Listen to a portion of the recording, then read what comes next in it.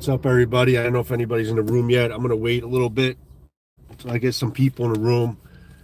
This is more or less just to kind of introduce some videos, a video that I'm working on that's coming up regarding behind the Katana review. I'm going to try to make it kind of like a series because there's so much that I or we as Katana reviewers, sword reviewers talk about, excuse me, in terms of our sword reviews. That is so much more, because I love knives as well. I also review a lot of knives, but there's so much in-depth discussions to be had about swordcraft, especially katana, because there's so many removable pieces that basically work on their own in unison with other pieces that have to kind of come together in a certain way to fit and work and be able to perform as one unibody construction in terms of being a good practitioner's tool. We're talking about katana. Being a good practitioner's tool, being a good cutter, being a good, just even a backyard cutter or something that's going to be, there's got to be safety involved, obviously. They got to come together. Everything's got to be fit together and not come apart and not loosen up. So there's a safety issue with it. So there's the practitioners, there's the backyard cutters, there's the enthusiasts that really want ultimate fit and finish. And so there's so much to really talk about in terms of the Katana review. And the first one that I'm going to be introducing is something called Maki. Maki generally means handle wrapping. The handle of a katana, which is called the Tsuka. Oh, I have one here. This is a Tsuka. This is a handle of a katana. This is one that I have to replace. A friend of mine sent this over to me to replace one. So I have to drill the holes through it and stuff like that. But we'll get back to this. But this is the Tsuka. There's a handle of a katana. And Maki, Maki meaning wrapping, is basically what it is. It's the Maki is the wrapping of the handle. If you guys are in the room, make yourself known. Let me see who's watching. I'm always feel like I'm talking to myself. I know this will go on replay, but so Maki is the video that I'm working on right now that's going to be released today. And if it works out okay, I'll try to make it like a series type of thing, because there's so many different aspects of a katana that can be spoken about. And I want to also present to you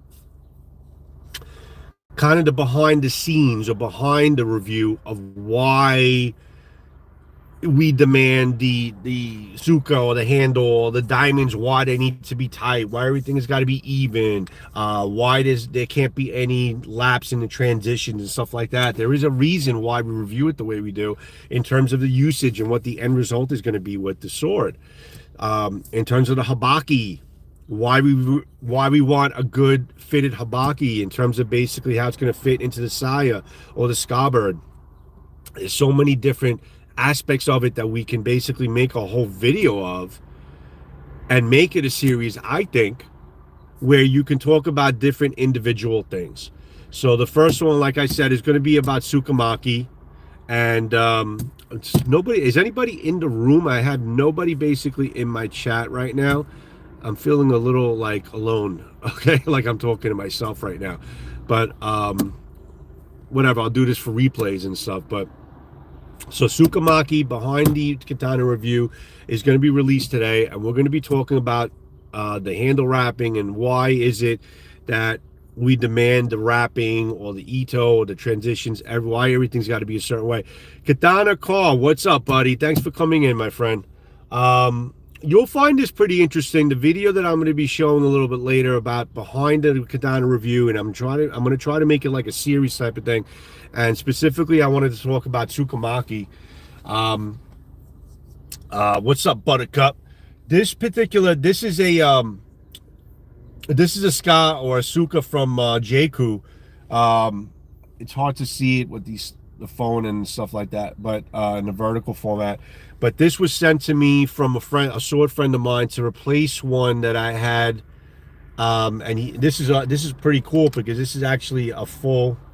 Let me see if I can find. This is a full wrap, and you don't find that very often. And you know, Jaku does it. If you request it, they can do a full wrap. I mean, I couldn't even get a full rack from Huawei. I mean, they still did a great job, but they did a foot. This is a full wrap of the Samigawa, which is damn cool. Hishigami, tight as hell. I mean, listen, Carl, you know, you have a lot of JQs. You know how freaking tight. I mean, look at the diamonds are fairly even, but this is extremely tight to the point where you cannot. If you get a hammer and a chisel, you could probably move them a little bit. But these are extremely tight, and when you put this thing into place, make sure it's right. I mean, look at the how beautiful the transitions are. Even the finishing pieces are pretty nice. This is the Kashida here. Knot is extremely tight. Yeah, they do. This is a little sloppy. Other than that, everything is pretty even. The Manuki, everything is very tight. Feels great in the hand. Absolutely. I mean, the full wrap of the Samigawa feels extremely, extremely great in the hand. Their Tsukamaki is really one of the best. I mean, to have this type of tightness, and I'm going to talk about the JQ. I'm going to talk about that in the video I'm going to release in today. It's not always about price. Yes, if you're paying high price for a sword in the 1,000 range, approaching 1,000, over 1,000, 5,000, whatever the hell it is, you would expect to have something within the range of excellent freaking Tsukamaki, excellent tightness, excellent diamonds, uplifted, beautiful Samigawa race skin, excellent transitions, excellent finishing pieces. You expect it. But yes, it's 100% the freaking truth. But you know what? Then you also have swords, you know, within that price range that doesn't have the tightness that you would want. And then you have the flip side. You have swords within the sub $200 range that give you freaking tight Tsukamaki and have an incredible fit and finish. So I don't think it really always has to do with price range. Stefan Klaus, what's up, my friend? How you doing, buddy? Thank you for coming in, man. I don't think it always has to do with price range. It also has to do with just the manufacturer and the pride that they take in their product. I mean, you'll see the video that I have going out. You'll see samples of people doing the work. You could either do this really quick and get it done because it's a low price sword, or you could really take the time and do it right. I mean, this would probably go on a JQ sword, probably in the $300 to $400 range. Not cheap, but not crazy expensive either. But I gotta tell you, even swords in the $200, $300 to $100 range from JQ still have really tight Ito, you know? That's my fucking thing, Carl. Exactly. Multihara is tight, but not like JQ swords. And that's exactly what I mentioned in the videos, that it's incredible that you're paying, a small portion of the price of a Multihara, but you still have the tightness of the Ito. Similar, yeah, Multihara is Multihara. It is what it is. But you still have the tightness of Ito similar to where you can't move it. I mean, this is solid as a freaking rock, Carl. I mean, man, you have these swords. You have JQ swords, Sino swords. They're solid. And especially the fact that this is a full wrap of Samigawa and the Hishigami. You can imagine in your head basically how comfortable this thing is in your hand. And, that really beautiful, that high quality cotton Ito is what he got for me. I mean, he spent no expense as far as what he did when he ordered this for me, because he ordered the Tsuka himself, and then he sent it to JQ to get it wrapped. I mean, he's a good friend of mine. He helps me out a lot. And he sent this to JQ to get wrapped, but he actually picked out and carved out the Tsuka, the wood. So it's a really nice, high quality piece of wood. But yes, whoever's doing it for them, I hope they're still doing it for them. And there's something I mentioned about JQ and Sino swords on the video coming up. Hi, sword friends. What's up, John? Addicted to Blades too. Thanks for coming in, buddy. There's something I mentioned also in the video about swords of Northshire, about JQ.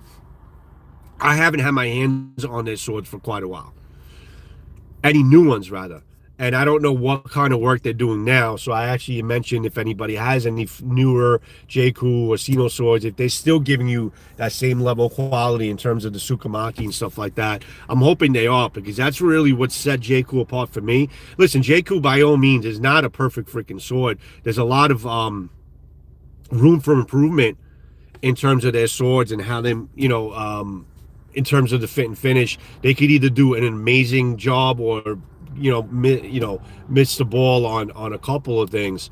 But for the most part, they do really freaking good swords, and you cannot argue, which is the topic of my video coming up, about the Maki, about how they wrap their handles, how incredible of a freaking job they do. Some of the best swords I have in terms of wrapping are pretty much Jaku.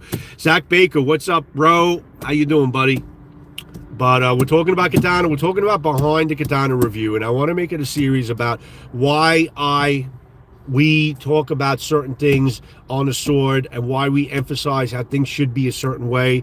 There is a reason behind it, and there's so many different aspects of a sword in terms of from the handle to the blade to the polishing, the habaki, the saya, the fit of the saya, the rattle of the saya, the sageo. I mean, it could go on and on. I could do a series probably of about 10 videos, okay, with going behind the Katana review of why we do what we do, you know?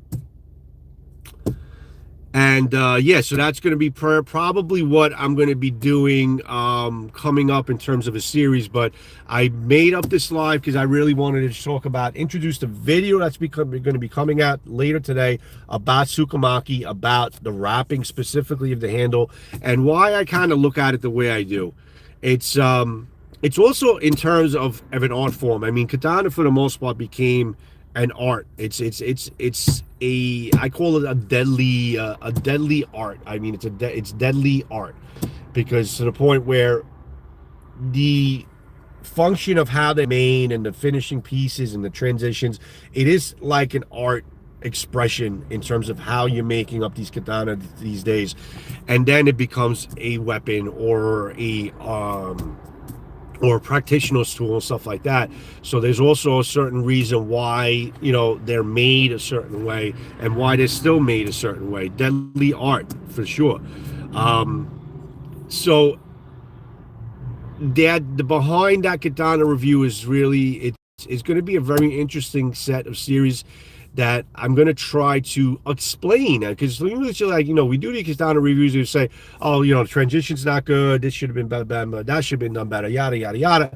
But very rarely do we have time to really talk about, you know, why we respond or why we review things the way we do, or why we have the outlook of why things should be a certain way in a katana. And that's really why I'm doing this, to behind the scenes or behind the review type of thing, to explain to everybody. So this way, at least when people see katana reviews, mine, Matthew Jensen's, calls, whatever, you know, when they see their reviews, they understand why we're so particular in terms of what we're looking for in a katana and in a katana build. So I think it should be pretty damn interesting for the most part. I mean, do you guys have anything to say about it? Anybody have also some new Jaku swords or Sino swords of late?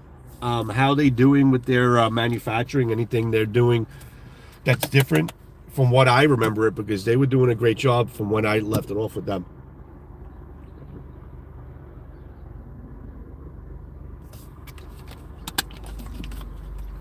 Other than that, I hope everybody's having a great Saturday. This is a holiday weekend if you celebrate. We have Easter Sunday coming in tomorrow.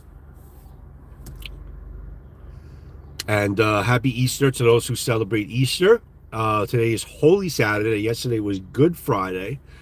Not to talk about religion and stuff, but if you do celebrate, you know that this is a holy weekend in the Christian, you know, the Roman Catholic faith. And if you do celebrate, enjoy it, without a doubt. Have a happy Easter, you and your family. But getting back to the chat, Katana, for the most, Katana, there is an argument as far as people say, there is an argument on both sides of the fence as far as Katana being the most incredible or the best made sword on the planet, or the best sword on the planet. I mean, there's a lot of fantasy that caught into basically Katana in terms of anime and stuff like that, about being an indestructible sword, being the best weapon unknown to man and all this crap. I don't know if we can call it that, but we can definitely say that it's the most artistic, most beautiful sword in the world. But listen, let's not also, happy Easter, Stefan. We cannot freaking discount also Chinese weaponry. Chinese swords have been around longer than Katana. They've been making weaponry swords in China for thousands of freaking years. And actually, a rendition of the katana came from a Chinese sword, the straight sword. They were the first to actually have the curved dowel, and then it started get well. I'm not going to go crazy into that rabbit hole, but yeah. I know someone who has been buying a few J-Coup katana recently, and he just absolutely loves them. He may had a few minor issues, but just cosmetic. So I guess probably the same freaking thing. I mean, minor issues. They have like minor issues, but for the most part, they're doing a really freaking good job.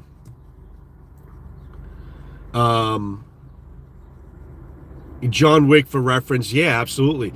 I mean, the artistic beauty of a katana, I think nothing matches it. No other weapon on the planet matches it.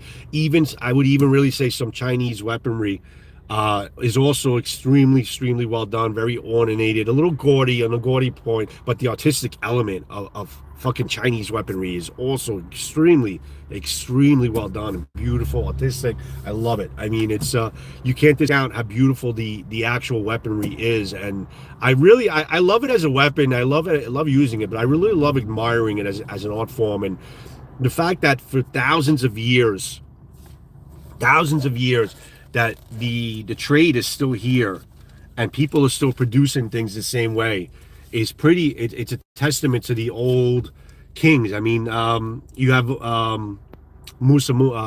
Masamune was probably one of the greatest swordsmiths on the planet during 12th and 13th centuries. His swords are probably prized as some of the most incredible pieces of weaponry or swords ever made, and they're in museums and they're worth thousands, if not millions of dollars. Muramasa is known for his deadly swords. Muramasa swords are so deadly that people actually believe them to be cursed. They're cursed swords.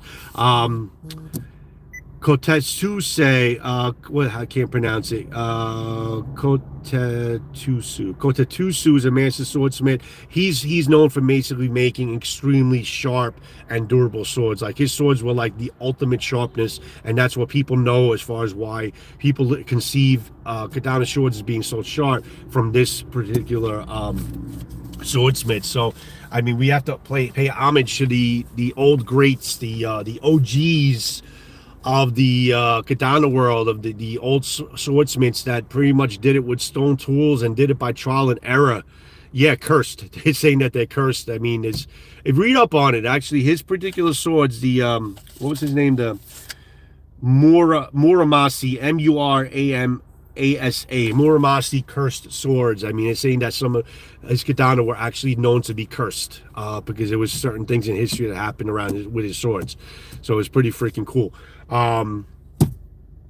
Yeah, so you have to pay homage to the OGs, to the greats, and what they did, and how thousands of years later we're still producing swords in the old traditional way because of what they pretty much brought to the world in terms of their ingenuity. I mean, it's pretty damn amazing. In all these countries, man, in old Europe, in ancient Europe, in the medieval times, the Vikings, everybody, all our ancient ancestors of weaponry and what they brought to the world, and how even with our with all the machinery and all the technology and everything that we have today, how we still can't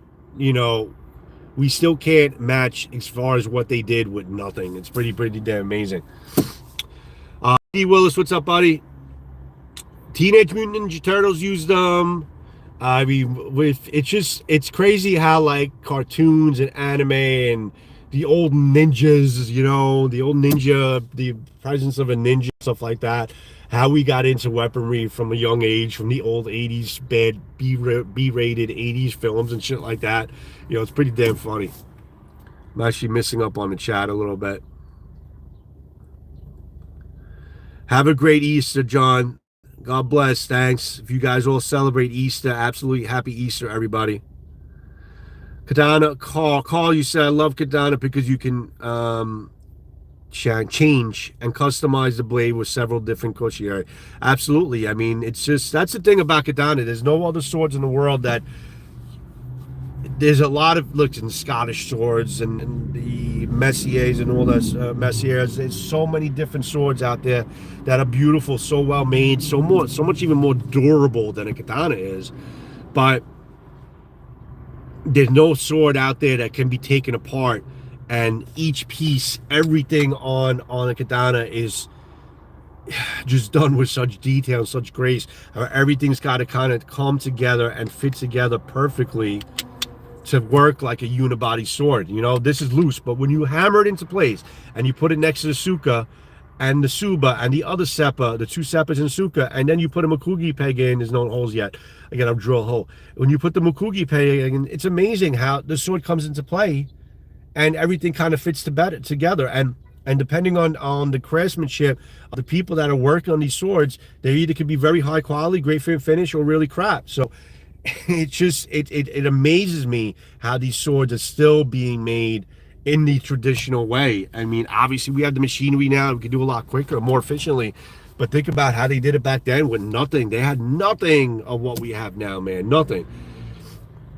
I saw actually a recent video of how they're making traditional katana nihantos in Japan still to this days, and they don't even use hammers anymore. They don't have people really hammer. They actually use electronic hammers now.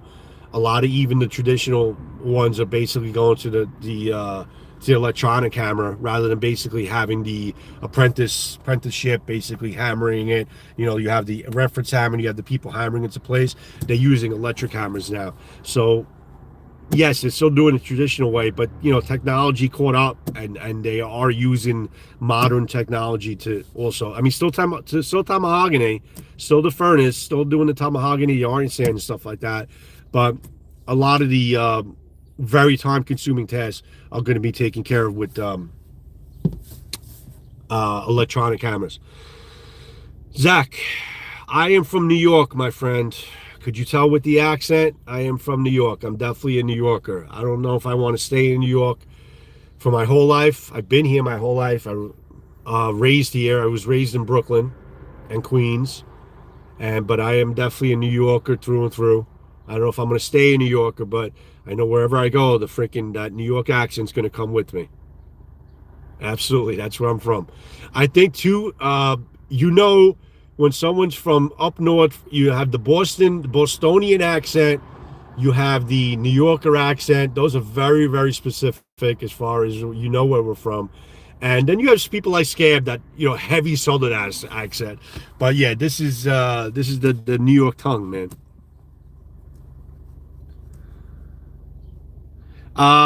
I got nothing else to do other than yap, my friend. I mean, I showed you the Tsuka. If you watch the rest of the video, you know what I'm talking about, the Tsuka Maki, as far as how the wrapping behind Katana review. That's really what the title of is, and that's why I'm talking about it. I'm also introducing a video that's going to come in. If you guys are able to sub to my channel, if you're coming in through the shorts feed, that I highly appreciate it. More subs, more contact, more likes would be great. Hit the like button if you're here. That'll definitely help me out in my channel, being able to give you, you know, the best content I can and getting you more sample pieces to show off. But I have a behind the scenes series. The first of the series I'm going to be coming up is going to be called Behind the Katana Review, and the first is going to be about Tsukamaki, the wrapping of the handle, as far as why we review it the way we review it, why we're so particular as far as they need to be a certain way, and that's what we're doing. You got it. Gotcha. Magnevi. Zach, love the drunken katana for the new year. Yeah, that was my first one, man. First one, the drunken katana cutting review, and that was the first time I cut with the with the Huawei, the Datanuki sword, because I haven't. That sword is so well made, and the polish is so freaking good. I never wanted to cut with it, and I cut some bottles with it. It wasn't too destructive. Got a couple little stupid nicks, but I can get them out. But I'm not cutting with that sword. I'm still sharpening my swords in the workshop, but I am trying to transition to stones. I started getting into diamond stones. I'm getting really good at it with the diamond stones. I've done a couple videos with freaking lives on my diamond stones. I did a live with the diamond stones, and I did some videos. I don't know. I've been getting some content out there with the diamond stones, and I've been doing some work with the knives on it. Thank you, Zach. I've been doing some work with knives on it. I've been getting some pretty good results from it, but I still go to the belts for the really high honing belts, like the 3,000, 6,000 belts. But I still go from stone to belt because I don't have a high grit stone. I'm looking to get like maybe a 2,200 grit stone. Hopefully the company can send them to me for a review. And but then I'll be able to stay with stones. But I am going to try to transition into stones for Katana. It's a hard transition for me, but I am going to try to get into that eventually. But yes, to answer your question, I am still using the workshop. You know, a sword's got to work, so I have to get it sharpened. But I don't prefer it, but I make it work. I also put a lot of blue tape over the blade to kind of protect it, so it stays. I don't mess up the scratches, the hormone and stuff like that.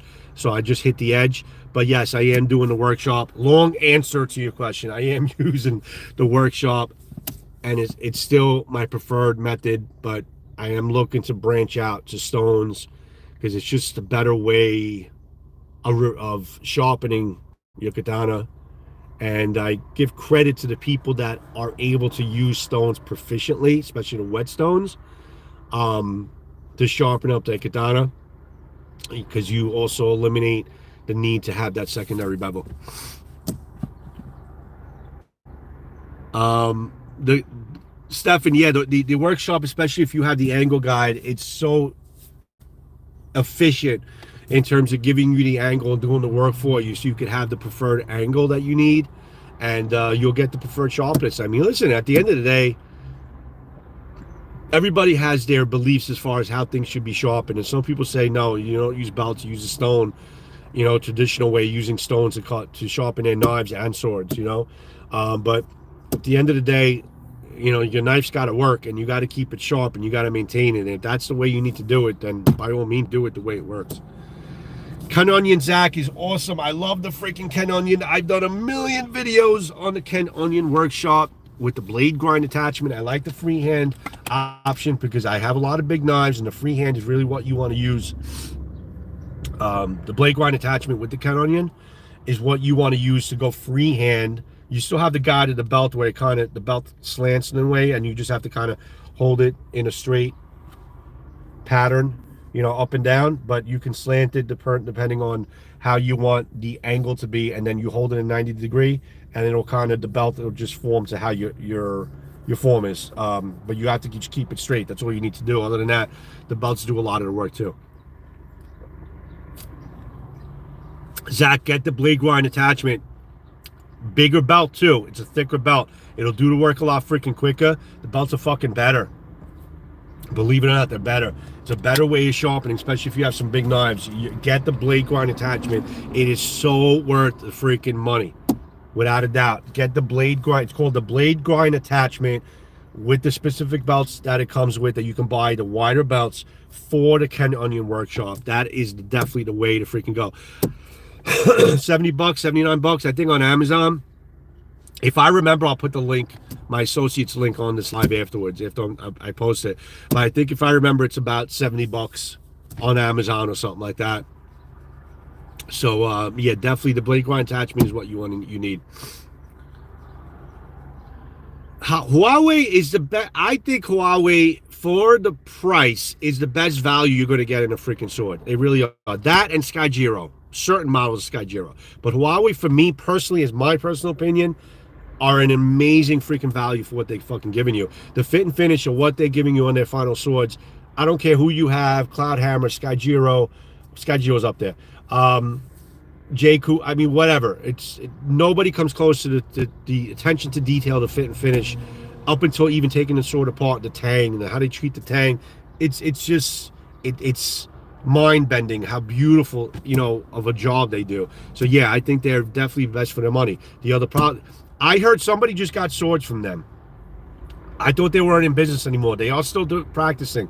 Maybe they hired some more people, because I had somebody that just got in one of their swords and is waiting another 3 months to get his second sword. So they are still in business, from what I understand. You can still make orders. They're just either taking a long time or whatever, or they're not responding to a lot of emails, but they are still in business. But yeah, you have to expect them to wait a long time. Zsay is the shit. Zsay is doing a good freaking job, but again, they're another company that are on and off as far as doing business, not doing business, they're only taking certain payment methods now. it's really hard for a lot of these good sword manufacturers to do work and charge what they charge, because there's a lot of obstacles these days, but to do good work and to be a good craftsmanship. uh B Don, what are you about to buy, Huawei or the I remember, I think you were talking about Huawei. You're about to buy one? Give it a shot, and please keep in touch with me on my channel. Let me know how the ordering process goes for you, B Don. And I want to know if you were able to put the order through, if they gave you a time span, and if you're able to get what you wanted, and then finally how the sword comes in. I'm really very freaking curious. Shadow Dances is doing some good work, but they're also an affiliate of Zisei. Yes, absolutely. You know, a lot of even Mini Katana, the sword that I got from them, the Kaizen, Tamashigiri Kaizumano Kaizen from Mini Katana that I reviewed, is very similar to Zisei. So whoever's producing swords from Zisei is also producing from Mini Katana. Very freaking similar construction. Shadow Dancer as well. I think everybody's kind of going to the same source as far as doing their swords, which is fine, because you're getting a couple different manufacturers that are offering some really good quality stuff. The wait for Huawei is crazy, but they're worth it. And if you're able to order it, and you're able to be patient, and you're not going to email them a million times because they'll cancel your order, be wary about that. You will get an amazing sword. You got to be freaking patient. Pretend like you're waiting for a freaking Nihanto, you know? Bite my tongue, I'm not calling it a Nihanto, but pretend like you're waiting for a really high quality sword, and be patient with the process of getting it. Keep in touch, absolutely, buddy. I'm just so curious because I love the company and I want to give people the right information. I am looking to also order another sword from them. I want to get one of their Unukubi Zakuris, or maybe one of their extra suri swords, the extra curvature. They just have such beautiful stuff, and I definitely want to try to get into them, working with them again to get some of their swords for review on the channel, without a doubt. But I didn't think I was going to be on for this long, guys. It's been about 32 minutes. Shang swords, I haven't had a Shang sword in my hand.